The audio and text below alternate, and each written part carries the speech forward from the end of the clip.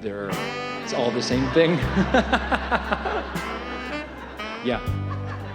Everything on your list is that. And so what's tripping you up is you're saying, in other words, it's easy for you to accept the why of why you want to do all of those things. But you're trying to figure out how and where and when and who, and that's what's tripping you up. But if you hear what we're saying, your inner being knows all of that and knows what your path of least resistance is to get you to where you want to be. So now we have another question for you. If the joy is in the journey, and it really is, in other words, blah, blah, blah, you've heard that so many times.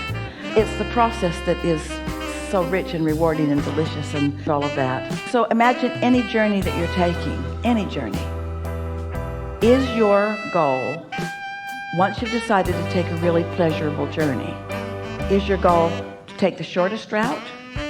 What's the route? The most pleasurable route. So what could we say to you all to help you to feel from us, to know for yourself that the best feeling route is the path of least resistance? You all are kind of in a hurry about everything. You want to get to where you want to be because you don't really want to be where you are a lot of the time, and you don't give very much awareness to the delicious journey that you might have on the way to the new place.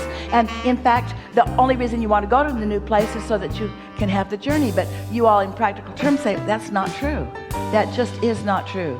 That is not true. I-95 is not pleasing to me.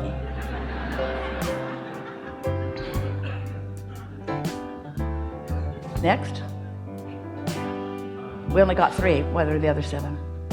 3's probably about it right at the moment. So it's really not nearly as long as I thought it was. Yeah. You're just making stuff up. You're just making stuff up to prove a point that hurts you when you make it. Yeah. There's too much to choose from. No, there isn't. No, there isn't.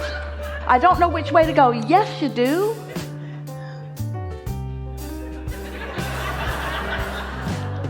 I think the reason I'm feeling some of this now at this moment in time is that while I have been fortunate enough to have the same job, the same acting job for the last 3 years, I know coming up in the next 3 months that I am leaving that job. So I am trying to approach it in the sense of, all right, let's enjoy the journey. So let's talk about this flawed premise. It feels to you all in your physical form, you're moving from this job to this job to this job to this job. When what's really happening is this job created a whole bunch of stuff, and this one created a whole bunch of stuff, and all of that stuff's available to you, and that's what you're moving toward, unless you think you're moving from this job to this job to this job to this job. So what do you think in the current acting job, what are the best parts of it? Never mind. What are the worst parts of it? What's the best part of it?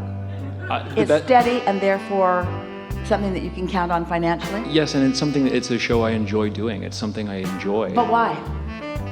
Because it has wonderful music and people love it, and it uplifts people, and it makes people happy. Why would you want to go anywhere else ever?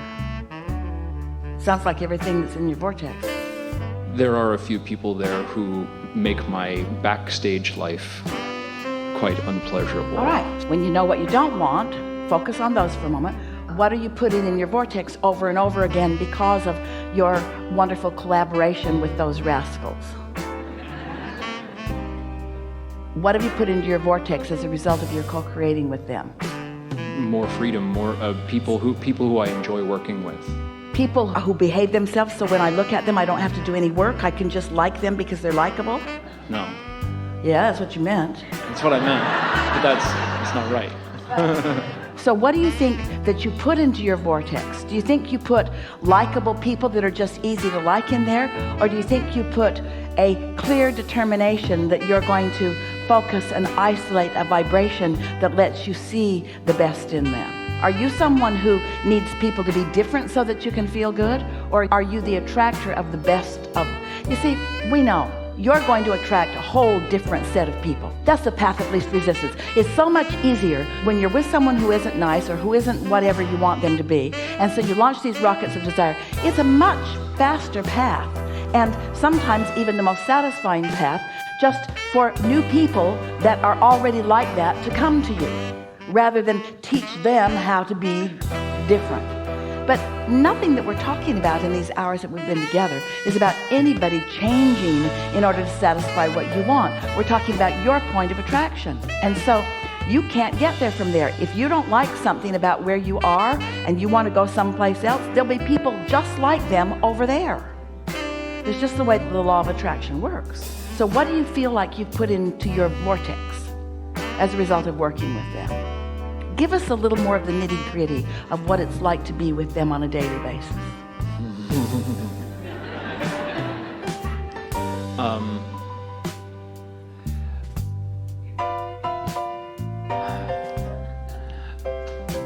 Do they need you to be different so that they can feel better? No. Well, they're a little ahead of you then. Yeah.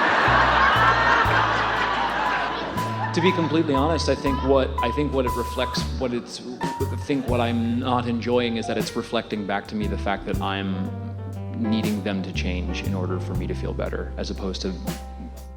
So, maybe on this journey, you might enjoy the self-discovery of getting out ahead of it instead of just repeating day after day the same thing, getting out ahead of it and then discovering something that you didn't expect to discover and feeling the surprise and the delight of that. That's what your inner being knows is your path of least resistance. Your inner being knows for sure that you did not come to live and teach conditional love. Your inner being knows for sure that you didn't come to say, spend your time and get it all figured out and then find this little herd of people and run around with them. If you find the right herd, then it'll be fun when you run around together. What your inner being knows that you came for is to find your connection, to know what you want, know what you don't want, and then find your connection with who you are, and then watch it become right before your eyes. How lovely is it to co-create with someone, and at the same time that they're discovering who they are, you're discovering who you are. Isn't that co-creating at its best? You really do want conditions to change, and we get that. We understand why you'd want that.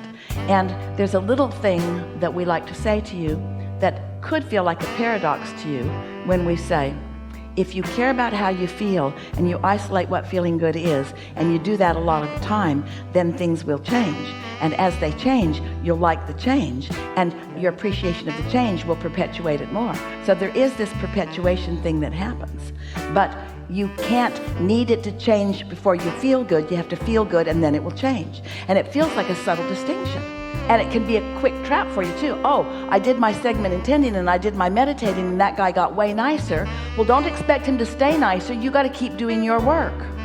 You can't go back to your old ways of just taking what comes. You've got to stay in the driver's seat. You've got to be the one that leads your, wait, you already led it, you already asked, you already told your inner being what you want, and it's complicated. It's way more complicated than Cheesecake Factory menu.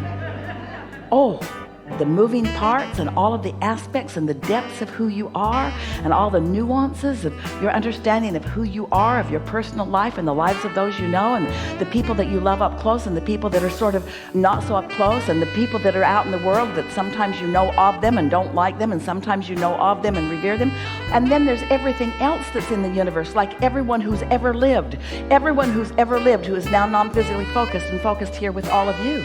The energies are dynamic and exhilarating, and the potential is intoxicating, you see. And so when we talk to you about you wanting a better work environment, it's way bigger than just wanting somebody to behave differently in your work environment. It's about you being part of a world that doesn't need to change, and you discovering your vibrational alignment with who you are, and then feeling your real power and discovering what the real power of influence is, and then watching everything just modify itself around you, not because you needed it to change, but because as a creator, it must change. If you are a creator and you are tapping into the energy that creates worlds, things around you are going to change, you see. But if you need them to change before you do the thing that you would do, you get the point we're making over and over and over again. So did we get there, or is there something more that's stuck in your vibrational craw? That's it. You got it. You really did. You really did. You're doing really well. Yeah. Now what? Right here. Stand if you think it's you.